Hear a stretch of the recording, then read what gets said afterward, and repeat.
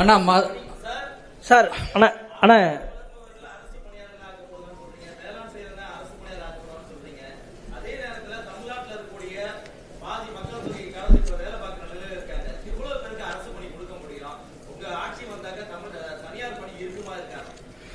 நீங்க இப்ப எது தனியார் பணின்னு சொல்லுங்க.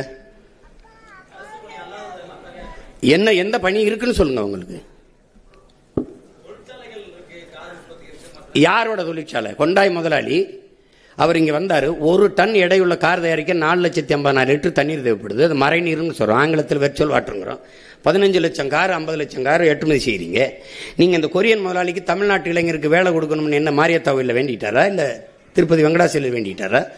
இங்கே மனித உழைப்பு மலிவா கிடைக்குது. நிலத்தடி நீரை விடமெல்லாம் உறிஞ்சிக்கலாம். உற்பத்தி செய்கிற பொருளை விரைந்து எடுத்துட்டு போல 8 வழிச்சாலை 4 வழிச்சாலை இருக்கு.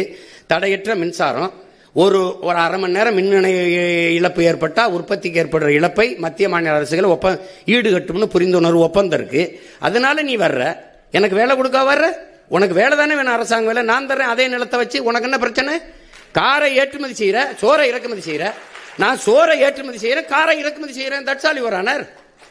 நீங்க என்ன நீங்க பேசிக்கிறீங்க? நீங்க ஒரு ஆரஞ்சு பழத்தை விளைய வச்சான் பிரான்ஸ், 50 லிட்டர் தண்ணீரை குடிக்குது. புளிஞ்சா 1/2 கிலோ கவலை கூட வரல, நிப்பாட்டான்ட்டான். ஏன்னா இங்கிலாந்து பொருளாதார மேதை ஜான் ஆண்டனி ஆலன் சொல்றான், இந்த ஆசிய கண்டத்தில் இருக்கவன் தான் அந்த பணத்தையும் தங்கத்தை வச்சு பொருளாதாரத்தை மதிப்பிடுறான். ஐரோப்பிய கண்டம் நாடு முழுமைக்கும் அவன் நீர் பொருளாதார கொள்கைக்கு வந்துட்டாங்கிறான். எந்த நாடு நீர் அதிகமாக வச்சிருக்கானோ அவன் தான் பணக்கார நாடுன்னு வந்துட்டான்ங்கிறான். அப்ப நீ என்ன பண்றான்? அவன் பிரான்ஸ் ஆக நீர் ரொம்ப திங்குற, கண்ணுக்கு தெரியாம கலை போதுறான், நிப்பாட்டான்ட்டான். சீன பன்னிக்கறியை விரும்பி சாப்பிட்டான். 1 கிலோ கறி வர 8600 லிட்டர் தண்ணி தேவைப்படுது. 1 கிலோ கறி பன்னிக்கறி மேசைக்கு வர. வளர்ச்சியை நிற்பா, வளர்ப்பதை நிறுத்துறான்ட்டான், இறக்குமதி பண்ணிக்கிறோம்ட்டான். ஏன் இவன் இதே கொரியன் முதலாளி அவன் ஊர்ல கொரியால உட்காந்து இந்த ஃபோர்டு இந்த கொண்டாய் காரை தயாரிக்க வேண்டியதானே? ஏன் நான் வேணான்னு சொல்லையே, உனக்கு வேலை தானே, அது நான் தர்றேங்கிற. அப்புறம் அவன் கொரிய முதலாளிட்டு வேலை தந்தா தான் காசு உனக்கு இனிக்குமா, நான் கொடுத்த காசு கசக்குமா என்ன? உனக்கு என்ன பிரச்சனை? உனக்கு வேலை தானே வேணும், வேலை தானே வேணும். நீ பால ஆந்திராவில இருந்து இறக்குமதி செய்ய உனக்கு அவமானம் அல்ல? கறி ஆந்திராவில இருந்து ராஜஸ்தான்ல இருந்து இறக்குறிய உனக்கு வெக்கம் அல்ல?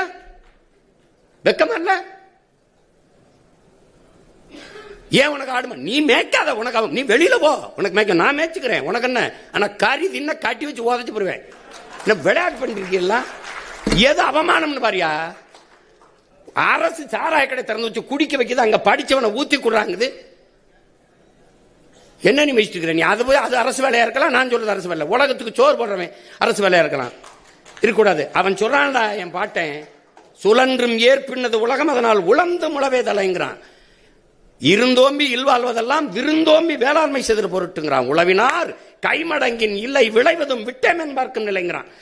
எதுவுமே வேணாம், பொன்னாசை மண்ணாசை மக்களாசை எதுவுமே பற்றற்று போன துறவி கூட வாழ முடியாதரா விவசாயி கைமடங்கி படுத்துட்டான்ங்கிறான். உழவன் இல்லாம ஒண்ணும் இல்லை.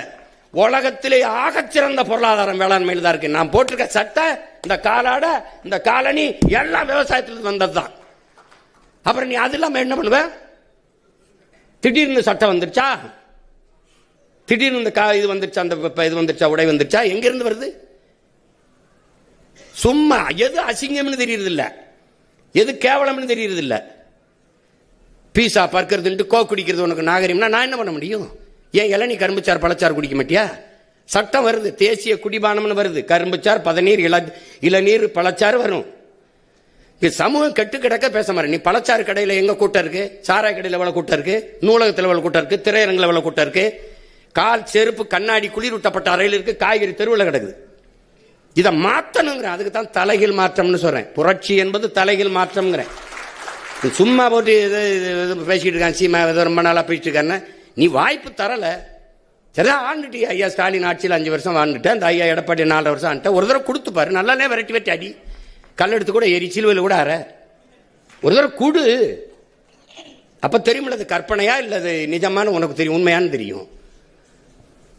எவ்வளவு திறமை இருந்தாலும் வாய்ப்பு இல்லைன்னா எப்படி வெளியில் தெரியும்? நானும் 15 வருஷமா கத்துறேன், இதுக்கு மேல கத்தவே முடியாத அளவுக்கு கத்திட்டேன். அப்புறம் அது எப்படி செஞ்சிருவா, எப்படி வேலை கொடுக்கறேன்னா இல்லையான்னு மட்டும் பாரு. தம்பி, ஒரு மீன் குழம்பு வைக்கிற சட்டி எத்தனை ரூபாய்ன்னு நினைக்கிறீங்க? அமெரிக்கா 13,000 ரூபா. ஒரு கயத்து கட்டில் 40,000 ரூபா. ஒரு ஓலை கொட்டம் 500 ரூபா. ஜப்பான்ல வாங்குறான், அரபு நாடுகள்ல இருந்து, ஜப்பான் சீனால இருந்து போகுது. சந்தை பொருளாதாரம் எங்க இருக்குன்னு தெரியல. திடீர்னு தக்காளி வர ஏறினவன என்ன பாடுபட்டிய தக்காளி வித்தே ஒருத்தன் பல லட்சம் ரூபா கொண்டு வந்துட்டான்றான். தக்காளி தக்காளி தக்காளி நான் கத்திட்டு கிடந்தான். அப்புறம் வெங்காயம் வெங்காயம் தான். அப்பெல்லாம் எனக்குள்ள சிரிப்பா வரும். என்னவோ ஒண்ணு உங்களுக்கு எது இது என்ன பண்றது? சரி போங்க போங்க, இனிமே நாங்க சொல்லணும் போலிகளை கண்டு ஏமாறாதீர்கள், எங்களுக்கு வேற எங்கும் கிளைகள் இல்லை அப்படின்னு பேசணும் போல இருக்கு. தமிழ் மெய்யியல் அப்படிங்கிற ஒரு விஷயத்துல வந்து பாத்தீங்கன்னா நீங்க இந்து சமய அறநிலைத்துறை அப்படிங்கிற பேரை மாத்தி தமிழர் அறநிலையத்துறைன்னு பேர் வைப்போம் அப்படின்னு குறிப்பிட்டிருக்கீங்க. குறிப்பா தமிழிலும் வழிபாடு செய்யலாம்னு இப்ப இருக்குது, தமிழ்ல மட்டும்தான் வழிபாடு செய்வோங்கிறீங்க. அப்ப இந்துங்கிற பேரையும் நீக்குவீங்க, சமஸ்கிருத மந்திரங்களை ஓதக்கூடிய வாய்ப்பையும் வந்து முழுமையா நீங்க வந்து ஒழிப்பீங்கன்னு சொல்ல வரீங்களா? இல்ல, என் இறைக்கு முன்னாடி நீங்க இன்னொரு மொழியில நீங்க வழிபடணும். என் மொழி புரியாதவன் எனக்கு எப்படி இறைவனா இருக்க முடியும்? நீங்க கிறிஸ்தவ வந்து இது சொல்றாங்க, அங்க பள்ளிவாசல்ல சொல்லி இந்த கேள்வியெல்லாம் கேட்கக்கூடாது. அது என் இறையில அந்த மார்க்கம் வந்து அரேபியால இருந்து வந்ததை நாங்கள் என் மக்கள் ஏற்றுக்கொண்டார்கள். அவங்க இன்னும் வந்து வழிபாட்டை தவிர அந்த பாங்க ஒளியை தவிர மீதி எல்லாமே தமிழ்ல தான் சொல்லுவாங்க. நான் எத்தனையோ திருமணங்களுக்கு சாட்சியா நின்று கையெழுத்திட்டு இருக்கேன். புரியுதா உங்களுக்கு? ஒருவருக்கு ஒருவர் அன்பு கொண்டு நயசித்து அப்படிதான் பேசுவாங்க. நீங்க அவன் வந்து முதல்ல கிறிஸ்தவ மதத்தை பரப்ப முடியல, அவன் லத்தீன் ஸ்பானிஷ்லாம் சொல்லிட்டு இருந்தான். கடைசியா என்ன பண்றான், அவனவன் தாய்மொழியில வழிபடலாம் சொன்ன பிறகு பரலோகத்திற்கு எங்க பிதாவேன்னா உம்முடைய ராஜ்யம் வருகன்னா அதை பின்னாடி தமிழ் மீது பற்றுக்கொண்ட இளம் குருமார்கள் வரும்போது விண்ணுலகில் இருக்கும் என் தந்தையை உம்முடைய அரசு வருக. புரியுதா உங்களுக்கு? தூய தமிழுக்கு வந்துட்டான். பதாசுதன் பரிசுத்தாவியை தூக்கிட்டு தந்தை மகன் தூயாவின்னு வந்துட்டான். நீ என் இறை நக்கீரா, உன் தமிழோடு சற்று விளையாடவே நான் வந்தேன்னு சொன்ன சிவன், அவ்வையே உன் தமிழில் பருகவே நான் வந்தேன் சொல்ற முருகப்பெருமானுக்கு முன்னாடி நீ என் தமிழ்ல ஏன் சொல்லல? எனக்கு திருப்புறங்கள் இருக்கு, திருமுருகாற்றுப்படை இருக்கு, பாட வேண்டியதானே? பக்தி திருமுத்து பாட வேண்டியதானே? சொல்லுங்க, என்ன நமச்சிவாய வாழ்க நாதன் தாழ்வாழ்க இமைப்பொழுதும் என் நெஞ்சில் நீங்காதான் தாழ்வாழ்க பாட முடியாதா? ஆகமமாய் நின்று அன்னிப்பான் தாழ்வாழ்க பாட முடியாதா? இப்போ எதுக்கு தேவாரம் திருவாசம்லாம் எதுக்கு இருக்கு? திருவாசத்துக்கு உருவாதார், ஒரு வாசத்துக்கு உருவாதார். திருவாசத்தை மொழிபெயர்த்த சீ போப்பு அழுதுட்டு போயிட்டான். நீ என்ன உங்களுக்கு பிரச்சனை? என்ன உங்களுக்கு பிரச்சனை? என் இறைக்கு முன்பு என் மொழியில வழிபடணும், அதான முக்கியம். அது சொல்றதுல உங்களுக்கு என்ன பிரச்சனை? யார் வேணாலும் அர்ச்சகராகலாம்ங்கிறதுல பிரச்சனை இல்லை. என் அன்னை தமிழில் அர்ச்சனை இருக்கணுங்கிறதா எனக்கு பிரச்சனை. நீங்க அதுதான் முதன்மையானது. அங்க ஏன் ஆளு உட்கார்ந்துட்டு அங்கேயும் போய் சமஸ்கிருதத்துல சொல்லானா அதுக்கு அவங்களே சொல்லிட்டு போயிடலாமே. விளங்குதா? அப்புறம் தமிழர் அறநிலையத்துறைன்னு மாத்துவன்றீங்க. இப்ப இந்துங்கிற பேரை நீக்குவேன் அப்படின்னு சொல்ல வரீங்களா? இல்ல, இந்துன்னு ஒரு சமயம் இருக்குதா? இது கூட்டு பொரியல் அவியல் சாம்பார் மாதிரி எல்லாம் சேர்த்து சாப்பாடு மாதிரி.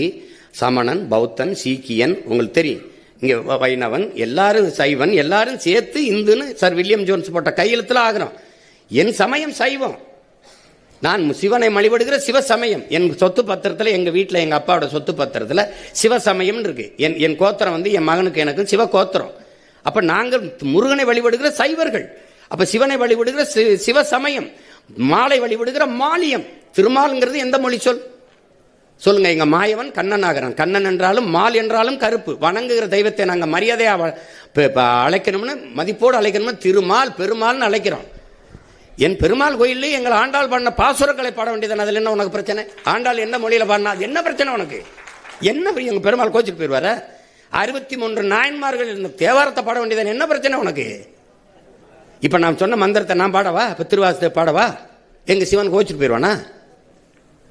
அவன் தான் சொல்றானே, மணி நெற்றி உமிழ்ச்சங்கள் தளல்புரை சடர் சுடர் கடவுள் தந்த தமிழ்ங்கிறான். சிவபெருமானே தந்த மொழிடா அப்படிங்கிற அந்த மொழியை நீ பாடாம நீ என்ன பண்ணுவீங்க? நீங்க முதல் தமிழ்ச்சங்கத்தின் தலைவனே அவன் தான்ங்கிறதானே இலக்கியம் சொல்லுது. அப்ப பின்ன என்ன?